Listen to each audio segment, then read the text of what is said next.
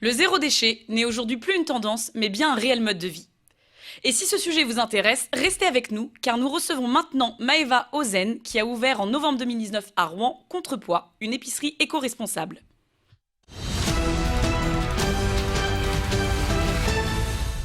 Maëva, bonjour. Bonjour. Alors tout d'abord, est-ce que vous pouvez nous expliquer en quelques mots le concept de Contrepoids? Oui. Alors Contrepoids, c'est une épicerie éco-responsable. Donc le but, c'est de venir avec ses contenants. N'importe quel contenant, tupperware, pot, sac à vrac. Et de pouvoir choisir ses aliments en quantité qu'on veut. Donc 2 kilos de farine ou 500 grammes dans n'importe quel contenant. On fait aussi tout ce qui est produit d'entretien. Donc pareil, venir avec sa bouteille qui est chez soi, on peut. Il faut venir d'abord me voir à la caisse pour que je puisse tarer vos pots. Et donc je fais tout ce qui est produit d'hygiène, du cosmétique, du maquillage, pareil, rechargeable. Donc tout ce qui n'est pas sous forme de vrac, parce que tout ce qui est maquillage, c'est compliqué, il y a des normes. On peut les prendre sous forme de consignes. Pareil pour les boissons, j'ai énormément de produits consignés. Pour tout ce qui est cosmétique et produits d'entretien, est-ce que vous respectez tout ce qui est bio, etc. Ou alors cruelty-free, produits vegan, ou à ce niveau-là, Alors, on n'y est pas encore? J'ai 95% du magasin qui est bio. On n'a pas du 100% parce que Contrepoids, c'est avant tout du local. Donc j'ai préféré choisir, plus favoriser le local et des exploitations qui ne sont pas forcément bio parce que la certification coûte quand même assez cher. Oui. Donc plutôt aller vers ça, mais j'ai quand même souvent 95% des producteurs qui font l'effort d'avoir du bio ou du haut environnement, j'ai plus le terme, mais c'est du... Dans tous les cas, on essaie de Ça rejoint respecter l'environnement. exactement. D'accord. Après, j'ai aussi énormément de produits véganes, parce que ça reste quand même un sujet très important, le bien-être animal. Donc j'ai énormément de produits qui rejoignent Cruelty Free Vegan. Cruelty free.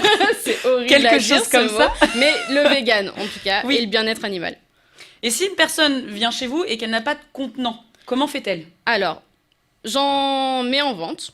Donc Tout simplement. je propose, tout simplement, j'en propose 3 sortes. Soit on a des sacs de créatrices, donc pareil, des créatrices qui sont normandes, qui viennent de Colbec-les-Elbeuf, j'ai à côté de Neuchâtel aussi.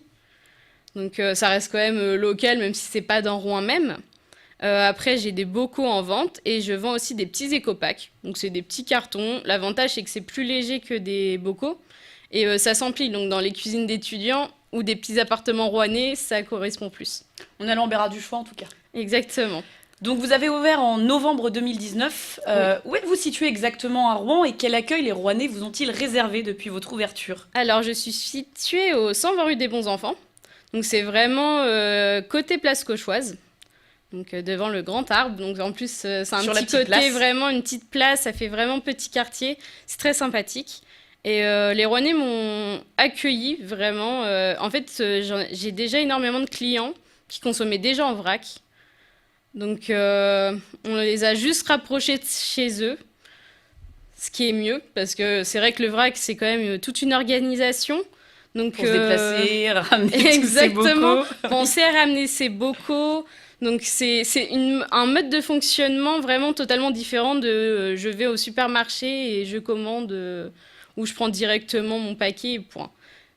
C'est de l'anticipation, mais j'ai été agréablement surpris de savoir que les Rouennais avaient quand même une forte impact sur le zéro déchet et le vrac. D'ailleurs, pour quelqu'un qui veut commencer dans le zéro déchet, quelle est la première étape que vous pouvez peut-être lui conseiller, puisque ça peut être un peu déstabilisant de prendre de nouvelles habitudes de consommation? Alors c'est assez déstabilisant, donc pour les premières fois, je conseille quand même de tout simplement diminuer ses produits dans la salle de bain, parce que c'est souvent où on accumule énormément de produits. Et passer à un savon solide, le shampoing, les lingettes démaquillantes, c'est souvent les premiers pas en fait. Et ça impacte un peu moins aussi le budget. On voit vraiment plus les économies et donc du coup ça motive aussi pour aller vers le plus. Et puis c'est assez simple à mettre en place. Pas trop Exactement. d'impact sur la vie de tous les jours. C'est ça. L'année 2020 commence. Et je sais que vous avez des nouveaux projets, notamment la mise en place d'ateliers. Donc pour finir, est-ce que vous pourriez nous parler un petit peu de tout ça? Exactement. En fait, le zéro déchet, souvent, ça s'accompagne aussi de faire soi-même. Donc, que ce soit les cosmétiques, les produits d'entretien, même l'anti-gaspillage par rapport à comment on cuisine dans la cuisine, le batch cooking. Donc, j'aimerais mettre en place des ateliers pour savoir justement comment utiliser les cristaux de soude, le bicarbonate, faire ses cosmétiques soi-même, parce que c'est pas forcément très parlant. Il y a énormément de choses sur Internet, mais avec des conseils, c'est toujours mieux. On avance mieux ensemble. Exactement, on va plus loin ensemble. Exactement. Je vous remercie Maëva pour toutes ces précisions. L'équipe de PNTV vous souhaite une belle continuation pour 2020 et je pense qu'on peut dire avec votre passage ici que le zéro déchet et le vrac a un bel avenir devant lui.